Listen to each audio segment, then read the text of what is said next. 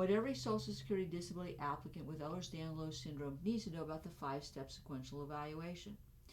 I think that steps 3, 4, and 5 are the most important.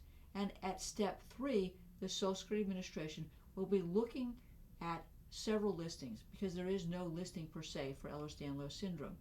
They'll be looking at major dysfunction of a joint, listing 1.02, visual loss, listing 2.02 and 2.04, aneurysm of the aorta, listing 4.10, gastrointestinal bleeding that requires a blood transfusion, listing 4.05, poorly healing skin and bacterial infections, listing 8.04, and amputation of an extremity, listing 1.05.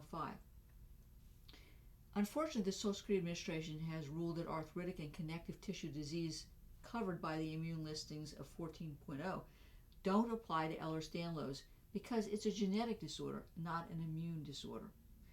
So your records will have to document every element of these listings. Now, another way to get at this is if your Ehlers-Danlos syndrome and another medical problem is disabling, the Social Security Administration will have to consider the combined effects of your impairments when determining whether or not your condition meets or equals a listing, or determining whether or not your level of functioning at steps 4 and 5 are such that you can't meet those tests.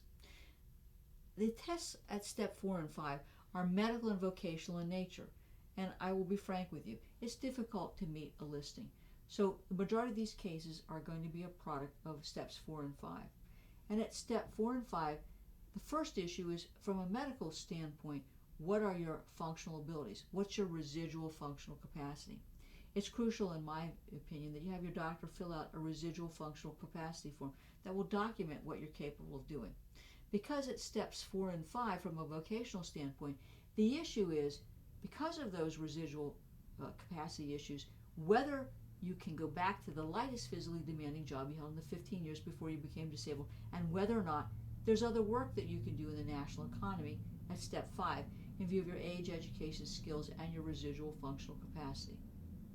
If the Social Security Administration can't figure it out, your claim's going to be denied.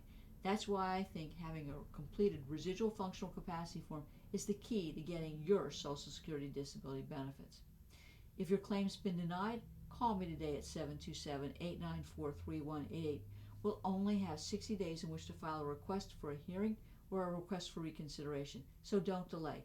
And if your doctor has said it's time to stop working and you've made that difficult decision to stop working, call me because I can explain to you the 5-step sequential evaluation and what we need to prove to get your Social Security disability benefits.